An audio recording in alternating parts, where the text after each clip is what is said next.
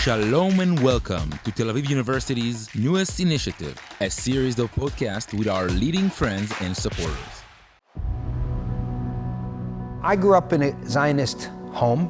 When I moved to Israel, I decided to devote this next chapter of my life to philanthropic pursuits. The principal goal was to show Israel in a really nice light to the outside world. Sylvan Adams, a dream come true. The Giro d'Italia here in Jerusalem. It's the Giro d'Italia, 101st edition of the Tour of Italy. 1 billion first-time visitors to Israel. Yes, we're in Jerusalem, and we're about to start. This is not only Ironman, but it's the Middle Eastern Championship. And we're hoping to have quite a number of participants from the Middle East, from our neighbors, as part of the fruit of the Abraham Accords. Tonight, she is here with us, Madonna!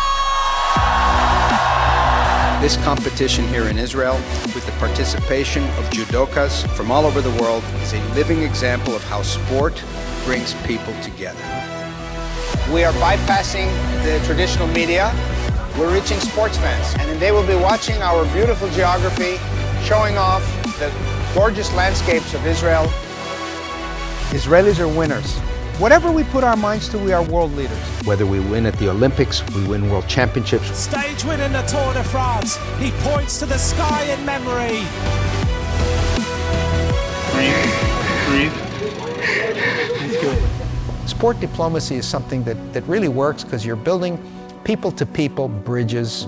We will build something together to promote peace, and cycling is really the good tool for that. Why not thinking about indeed the World Cup between Israel and the neighboring countries? Why not? Stay tuned.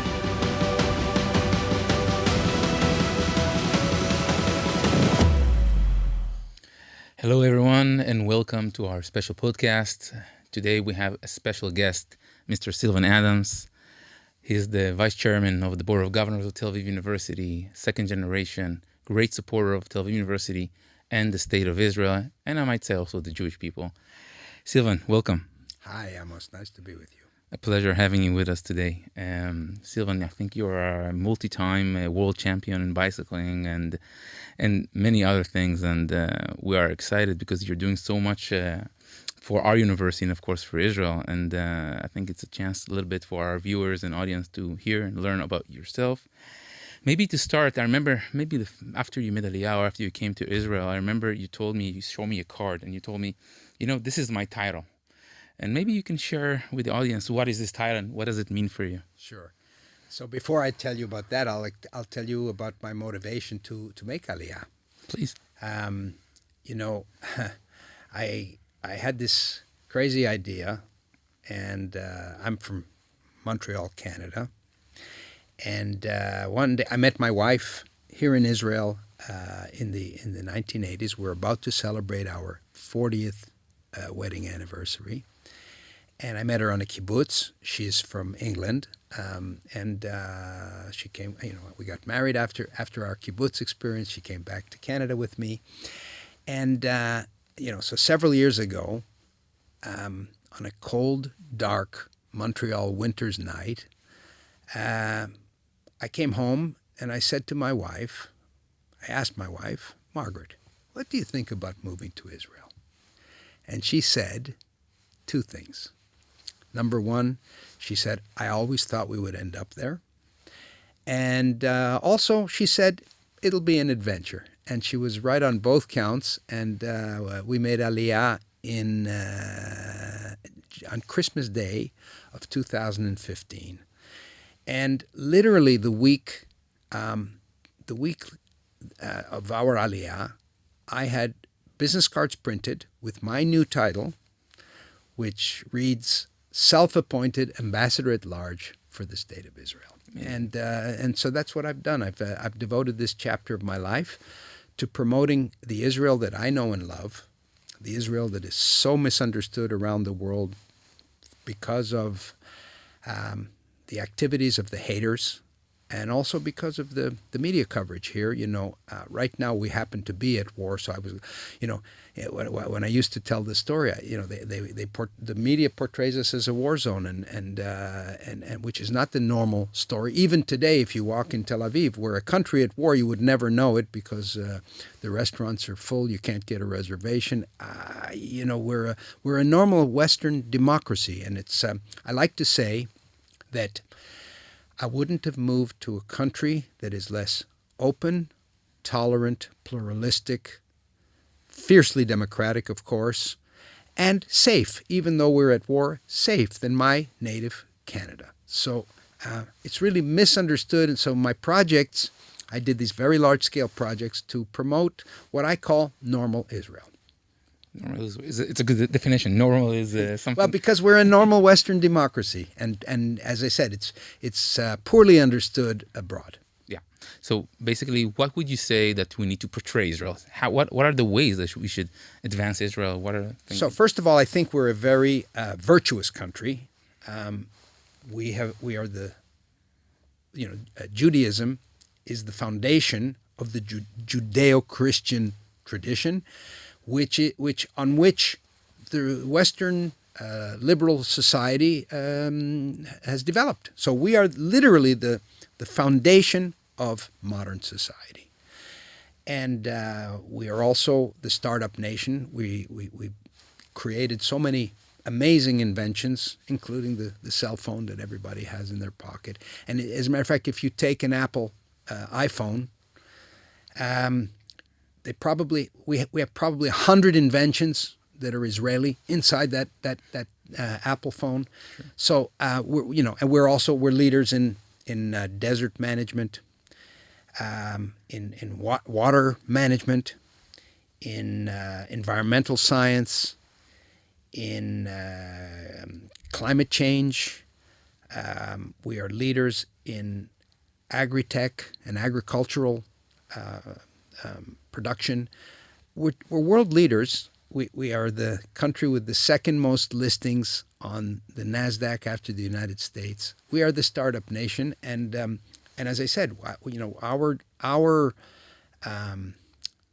Jewish roots, our Jewish philosophy, is one which requires us to practice tikkun olam, which is repairing the world or improving the world.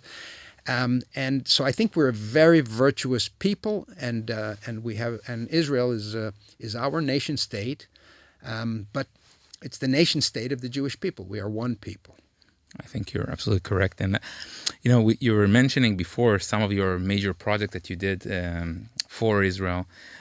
We talked about you brought Madonna to Israel, and you brought here the Giro d'Italia, which is I think the second largest in the world. Amazing. So the Giro is the second most important bike race after the Tour de France.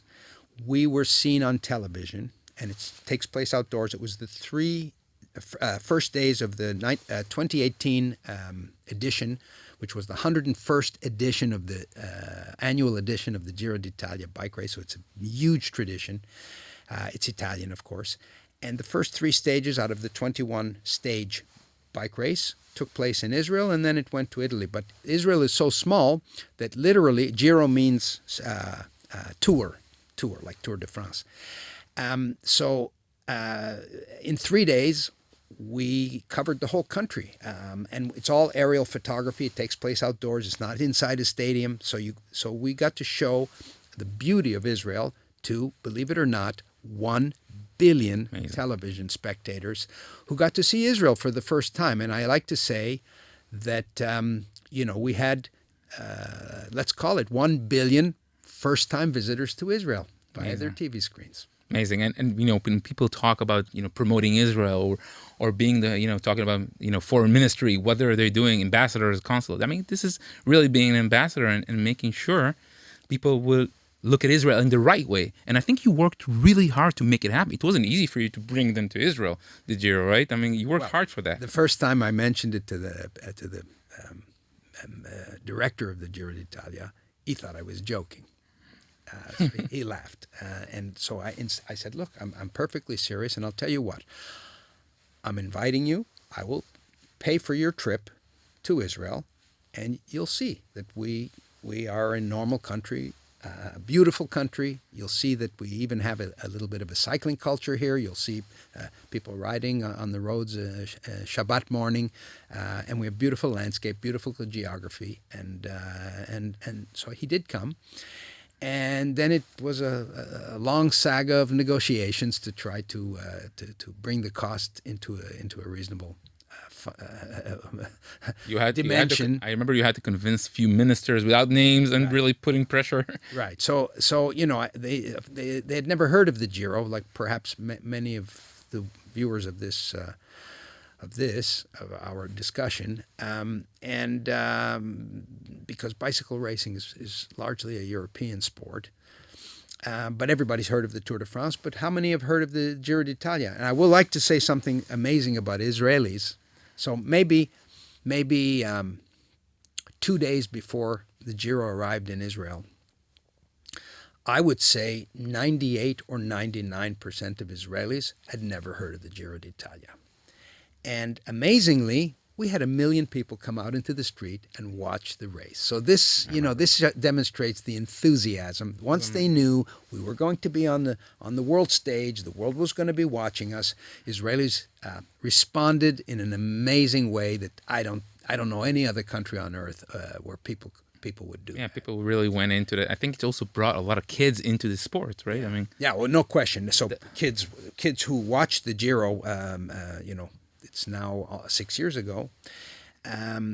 They saw that they saw the best riders in the world, the best cycling athletes in the world, and of course that we had a huge growth in cycling. It's the fastest growing sport in the country right now, and it's well on its way to becoming one of the major sports like soccer and basketball. So I'm very proud of that. You asked me about the ministers. So again, because nobody had really heard of the Giro d'Italia when I brought the project, I had to explain to them the size of the audiences that it attracted. So everybody understood that, and so I got cooperation, but not of a financial nature that I would have expected.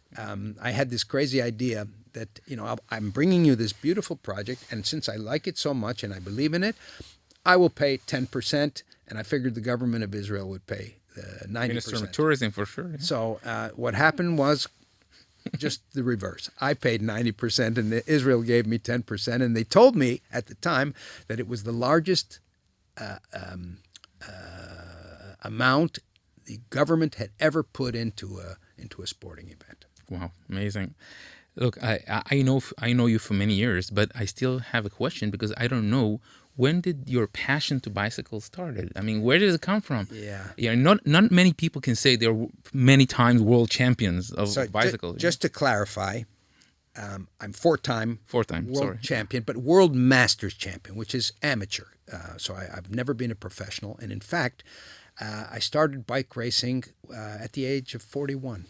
Wow! And I've managed to do very well. I've collected 9 Canadian championships. I have 9 gold medals at the Maccabiah Games.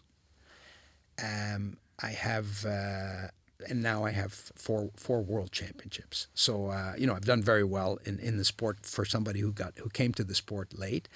I guess I got the bug. At age 41. Well, it's a sport. What's interesting, it's a sport. It's an endurance sport. So it's something like running. You don't need to. It's not like tennis, where if you haven't picked up a racket at age 5, you will never be a good player. You have to have grown up with it, and created the neural pathways for a skill sport. No, cycling is an endurance sport, and so you need different talents. And I happen to have, I guess, a natural affinity for endurance sports. Not that I knew it, because I never did endurance sports as a kid. But you don't need to have such a specialized skill set as skill sports. And so I was able to take this up. I'd always played sports as a kid, but after university, where I played team sports to a fairly high level, after university, I kind of gave up my sports because I had to. I was building my professional career, my business career, and raising a family. My wife and I have 4 children.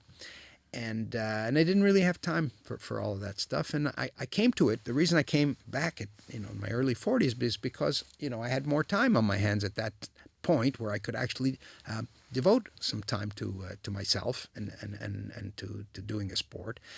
And as I said, I discovered that I was pretty good at it. And I've beaten Canada's greatest cyclist, Steve Bauer, who was second at the Olympics, who wore the yellow jersey at the Tour de France for, I believe it was 11 days. So he's really a great cyclist. Yeah. Well, he can't keep up with me today. So that's the thing. You can come to the sport later, and I'm competing against age group, people my age. So that's where I've had that success. No, that's amazing. That's really, really amazing. Maybe a little bit share with us about you're doing a lot for Israel. You established a foundation with Margaret, and you're doing a lot of things in different arenas. Maybe you can share with us what motivates you. How do you choose your projects? Yeah. So we talked about some of these entertainment projects. Cultural. You mentioned Madonna. So that was in the context of Israel having earned the right to host the largest song competition in the world, the Eurovision. And it was by virtue of our contestant, Netta Barzilai, winning the previous year. So the rules are that the country of the winning contestant gets to host the Eurovision. And so I thought, well, this isn't even though it's the biggest competition in the world, it's perhaps not as well known in some parts of the world because it's a Eurocentric competition. And by the way, there are very famous winners like ABBA won it, and Celine Dion also won it. So very people who went on to big careers. But it's perhaps not as well known, let's say, in North America. So I thought by bringing a real superstar that we would attract more attention. And sure enough, I brought Madonna, and she did a cameo appearance. And it was by far the most watched Eurovision, your edition of the Eurovision in its 50-some-odd year history. And we had about 280 million people tune in. So it was a real success. Again, putting Israel in the center, in the good way, so it's not in the bad way. It was done in Tel Aviv. One of the things they do is they do little vignettes on the host city or the host country, and so we were showing off the beautiful aspects of Israel to a very large audience. Amazing, no, definitely amazing. So I did, as I said, I did a number of these things. We hosted at my invitation, the championship game of the French Soccer League. So it's called the Trophée des Champions. And we had the world's most famous soccer player, Lionel Messi, come to Israel and play the championship game in Bloomfield Stadium in Tel Aviv. Again, about 400 million people watched that game. And that doesn't even count the social media followers of Messi and Neymar. These are the famous names in that sport. And so again, it happened because of COVID. So the French Soccer League was playing to close stadiums. So I approached them, and we were allowed. We had opened a little earlier. Remember, Israel was cutting edge when it came to COVID, which is another great thing that we contributed to the world. We were the world's lab for Pfizer, and so we were opening up much more quickly, and so we were allowed to be in stadiums. And I approached the French Soccer League, and convinced them to play their championship game in front of fans rather than to an empty stadium. And it was a great success once again. I remember that. I was there. Amazing. Really amazing. A great experience for any sport lover. To have those people in Israel. And showing off, as I said, a different side of us, and appealing to people who are not political. I call them the silent majority. people who aren't interested in polemics, who don't know that much about us, but if pressed, would probably have a negative opinion of Israel because of the things that I mentioned before, the haters and the negative media coverage that we generally get. So here we were showing a different side to sports fans, music fans, fans of any kind of cultural activity, and showing off Israel as a normal liberal society. And if I remember correctly, you're doing also an amazing project you did with Ichilov, with Sorovsky Hospital, and also with the Save the Child's Heart, and amazing, touching projects. So I support 3 hospitals here in Israel.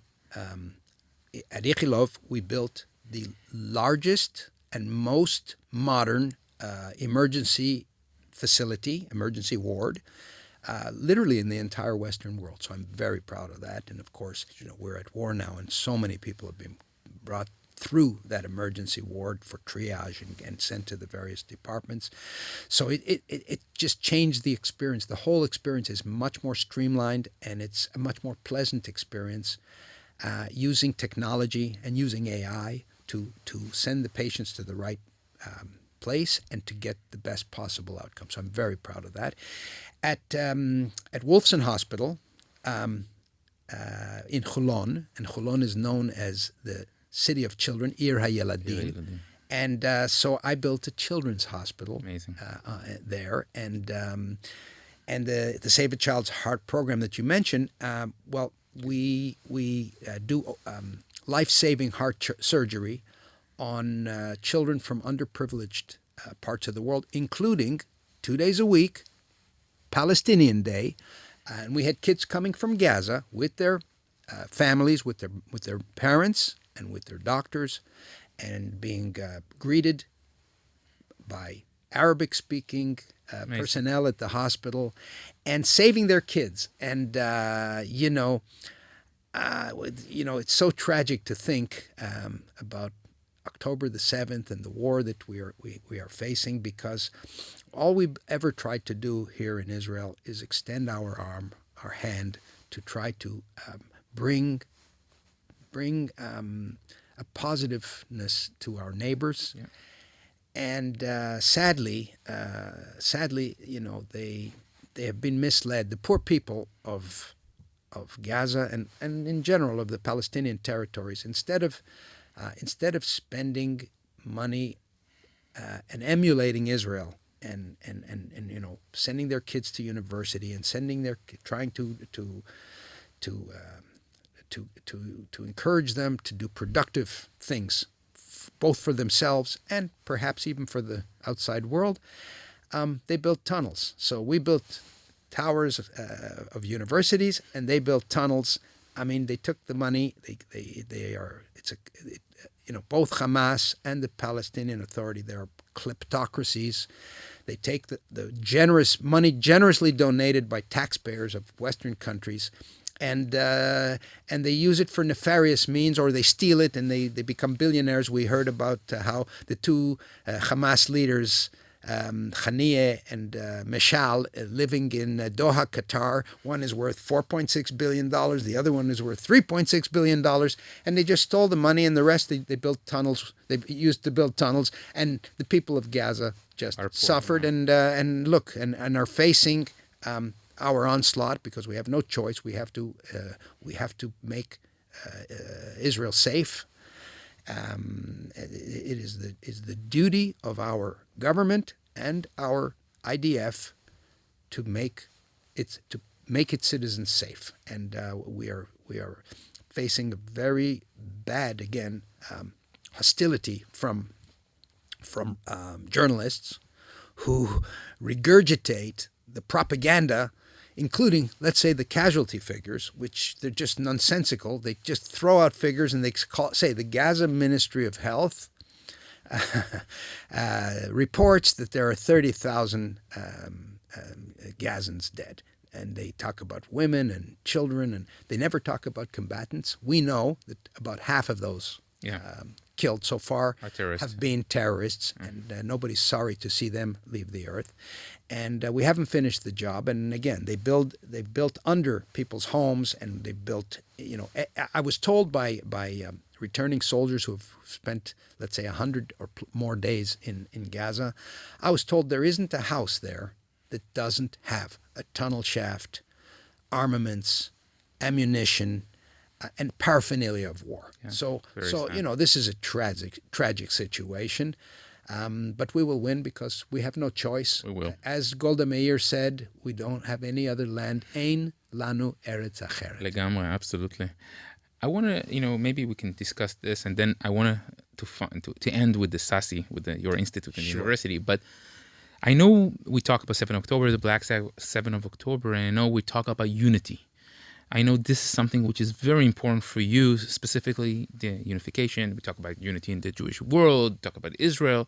Just a little bit about your views about that, and then... So, funnily enough, we had, of course, big demonstrations about the judicial reforms, but I would say that 70 to 80% of Israelis agree on just about everything, literally just about everything. Of course, we vote differently. So some vote for this party, others vote for another party. Personally, I am agnostic as to which government I work with. I have to work with all governments when I was doing my big events. And I get along with everybody. And I get along with Haredim. I get along with the left, the right. People ask me, Sylvan, are you left or right? Journalists would ask me this question. And I say, I'm Zionist. You tell me. So we actually get along. Unfortunately, we sometimes focus on what divides us. And we had 2 temples destroyed in our history, and we never seem to learn that when we are divided, this is when we are most vulnerable. Sure. And at a very, very high cost of the slaughter, the massacre, the torture, the mutilation, the rape of our women, the absolute horror of and cruelty of October the 7th. In the aftermath of that, it has brought us closer together, both as Israelis and I would say Jewish people worldwide. And I like to say in the diaspora, where I grew up, where my children reside, where my grandchildren are, I like to say that there's more interest now in Jewish day schools than in many, many years. And what Hamas succeeded in doing, they made a mistake, because Jewish pride is back. Yeah. They united us. As I said, the cost was too high, but let's not lose the unity that we have today. We are so much stronger, and we are invincible when we are united. Absolutely, I totally agree with you. Maybe the last thing I want you to tell us or share with us, you established in Tel Aviv University, first in Israel, the Sylvan Adams Sports Institute, we call it SASI, one of a kind. It's also very special because you're also the owner or established the best or the only cycling team in Israel, right? So just maybe the connection and what drove you to come to the president and establish this amazing institute. So it's an amazing field. Sports science, and like when the Americans decided to go to the moon, and there were so many other spin-offs from that endeavor of going to the moon, when John F. Kennedy challenged his scientists to reach the moon. And so many of our inventions, modern inventions, came from that. Well, likewise in sports science. So not only is it virtuous from the perspective of becoming a super nation in sports, and I have this challenge. I think we've won 12 medals in the history of Israel. I would like to see us win 12 medals in a single Olympic Games. I meant Olympic medals. So I think that the Institute can certainly support it, and Israelis are winners. We win at everything that we put our minds to. We win at high tech. We win at agriculture. We win in so many areas. Why shouldn't we win in sports? We are winners. And all we need is the right infrastructure, the right tools. But in addition to that, there are many, it's the science of sport and pushing the boundaries of human performance that can also have spin-off effects for our health, for the health of the general population, and finding ways for us to live longer and live better and healthier lives. So it really is it's something that was a passion of mine. Now, it didn't exist anywhere in Israel, and I proposed it to the president of the university, and received a positive answer. And so I'm excited. We're open on a low scale basis right now. We will open. The institute will open once the new building that we've constructed is completed by the end of the year, and we will be up and running. And we also have a hypoxic hotel where athletes can go and sleep at simulated altitude, where they reduce the oxygen in there, and it simulates altitude so that it boosts. Also, first of its kind in Israel. Yes. Red blood cell growth, and enable our athletes to achieve on a very, very high level around the world. Amazing. Look, Sylvan, all those are amazing, and I want to thank you very much for coming here today and speaking. I just want to finish the thing about the bicycle team. I'm sorry. Yes. So go ahead. It is the first professional cycling team from Israel. We compete at the highest level. We competed in the Tour de France. Of course, we were in the Giro as well. We compete every year in the Tour de France. We've won stages in the Tour. We employ the greatest champion of this era, Chris Froome, who won the Tour 4 times, and he won the Giro. He won the Vuelta, the other Grand Tour. And I also built the first velodrome in the Middle East, which is a track cycling stadium. And we have already, after just 2 years, we've got athletes. I said that we are winners. We have athletes who are world ranked.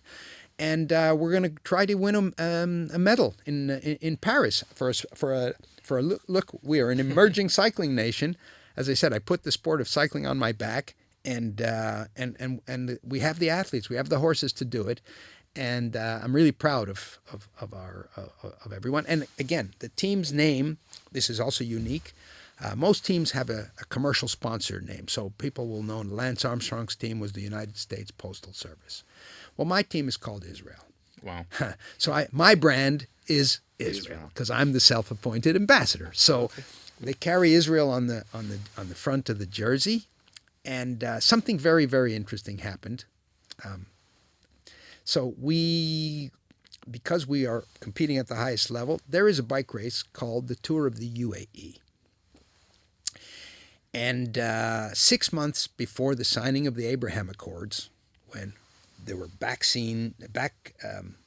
office discussions being held, diplomatic discussions between the politicians, my team went to the UAE, and we competed there, and with Israel. We rode in the streets with Israel. And, not only did the people not object, we had Emirati children waiting in line to receive a souvenir water bottle with the name Israel on it. Wow.